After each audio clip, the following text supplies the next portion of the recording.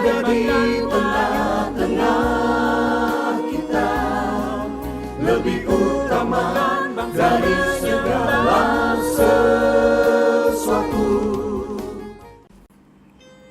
Yesus adalah Bapa yang kekal. Sebab seorang anak telah lahir untuk kita, seorang putra telah diberikan untuk kita. Lambang pemerintahan ada di atas bahunya, dan namanya disebutkan orang, Penasehat Ajaib, Allah yang perkasa, Bapa yang kekal, Raja Damai. Yesaya 9 ayat 5. Sahabat Iktus yang dikasihi Tuhan, janji tentang datangnya penyelamat bagi bangsa Yehuda merupakan janji yang sangat dinantikan berkenaan dengan situasi terhimpit yang dihadapi mereka. Namun janji ini ternyata merupakan nubuatan tentang satu pribadi yang akan menyelamatkan bukan hanya bangsa Yehuda pada saat itu, tetapi juga semua manusia pada masa sekarang yang juga sebenarnya ada dalam himpitan dosa. Untuk memahami janji penyelamatan dari Tuhan ini, kita harus mengenal pribadi yang akan datang. Itulah pribadi Yesus yang namanya disebut sebagai Penasehat Ajaib, Allah yang perkasa, Bapa yang kekal, dan Raja Damai. Secara khusus hari ini kita akan belajar tentang Bapa yang kekal. Ada beberapa hal yang akan kita renungkan.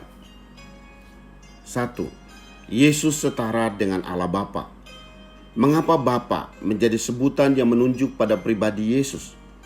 Ada dua pengertian yang terkandung di dalamnya. Pertama, sebutan Bapa yang diberikan kepada Yesus menunjukkan kesetaraannya dengan Allah Bapa. Yohanes 10 ayat 30. Artinya penghormatan kepada Allah Bapa sama dengan penghormatan kepada Allah Anak, yaitu Yesus Kristus. Pemahaman ini penting karena banyak pengajaran yang tidak mengakui keilahian Yesus Kristus atau hanya menekankan kemanusiaannya saja. Kedua, Yesus disebut Bapa karena ia berperan sebagai Bapa bagi semua umatnya. Dalam Hosea 11 ayat 1 dijelaskan peran Allah Bapa kepada umatnya yang telah meninggalkannya. Bagaimana Allah merangkul umatnya untuk kembali kepadanya. Sebagaimana yang dilakukan Tuhan Yesus kepada umatnya dalam kisah perumpamaan anak yang hilang. Lukas 15 ayat 11-32. Sebagai Bapa, ia selalu menantikan anaknya untuk kembali. Meskipun anaknya telah melakukan apa yang tidak berkenan kepadanya, namun kasihnya tidak pernah berkurang. 2. Yesus adalah Bapa yang kekal. Dalam Perjanjian Lama, istilah kekal menggunakan kata olam, yang berarti waktu yang tidak terbatas. Kata ini tidak menggunakan tensis lampau, sekarang, atau akan datang, tetapi menunjukkan waktu dari mulanya sampai selama-lamanya. Ada dua pengertian bila Yesus dikatakan sebagai pribadi yang kekal. Pertama, keberadaan Yesus tidak berubah dari dulu sampai selamanya. Ia ada sebelum dunia ini dijadikan. Ia bukanlah baru ada ketika ia lahir di Bethlehem. Namun Alkitab menunjukkan masa preeksistensi Yesus, masa Yesus sebelum keberadaannya di dunia, bahwa Yesus telah ada pada mulanya, bahkan sampai selama-lamanya. Bandingkan Ibrani 13 ayat 8. Ialah pribadi yang kekal. Kedua, keberadaan Yesus sebagai Bapa yang kekal menunjukkan bahwa ia tidak berkurang. Ia adalah pribadi yang absolut.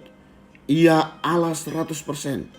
Juga pada saat ia menjadi manusia 100%.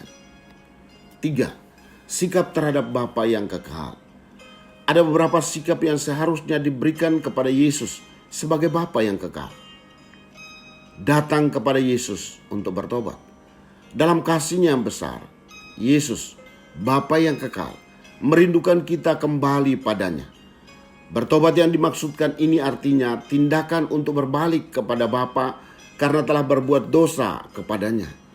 Tindakan pertobatan berarti berhenti dari perjalanan menjauhi Tuhan dan berbalik 180 derajat untuk datang dan mendekat kepadanya. Mewarisi sifat-sifat Bapa. Sebagai anak Allah, seharusnya sifat-sifat Bapa nyata dalam kehidupan kita. Yang dimaksudkan adalah sifat-sifat moralnya, seperti baik, kasih, penyayang, pengasih, berbelas kasihan, sabar, dan lamban marah, benar, setia, dan adil. Mempercayai Tuhan dalam segala waktu, bahwa Ia tidak berubah dulu, sekarang, dan selamanya. Apapun yang terjadi dalam hidup kita, Ia tidak berubah. Sahabat Iktus, Yesus Kristus setara dengan Allah, berarti keilahiannya adalah 100% dan tidak pernah berkurang. Keberadaannya sebagai Allah tidak pernah berubah. Keilahiannya tidak bergantung pada pengakuan kita terhadapnya. Ia tetap Tuhan, bahkan ketika semua manusia tidak mengakui hal tersebut.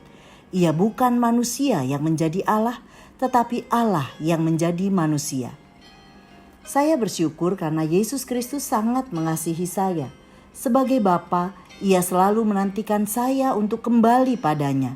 Ia merindukan pertobatan saya. Tangannya selalu terbuka untuk menerima saya. Bahkan Ia bersukacita atas pertobatan yang saya alami. Hati sama dengan Bapa juga seharusnya saya miliki, bahwa saya merindukan banyak orang untuk datang kepada Yesus dan mengalami pertobatan.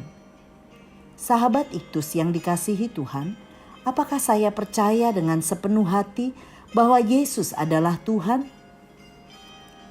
Apakah saya menyadari bahwa Yesus selalu menantikan saya mendekat kepadanya? Apakah saya memiliki hati Bapa yang merindukan pertobatan semua orang? Tuhan Yesus, saya bersyukur karena Engkau telah memperkenalkan diri-Mu kepada saya bahwa Engkau adalah Tuhan dan Juru Selamat. Saya bersyukur karena keberadaanmu sebagai Tuhan tidak pernah berubah dari dulu, sekarang, dan sampai selama-lamanya. Saya berterima kasih karena kasih-Mu telah menerima saya untuk kembali kepadamu. Berikan kepada saya hati Bapa yang selalu merindukan pertobatan gerejanya, yakni keselamatan segala bangsa untuk kembali kepadamu. Amin.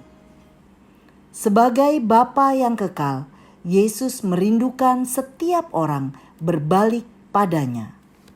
Kristus ada di tengah-tengah kita, lebih utama dari segala sesuatu.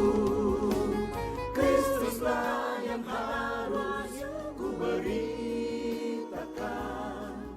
hingga datangmu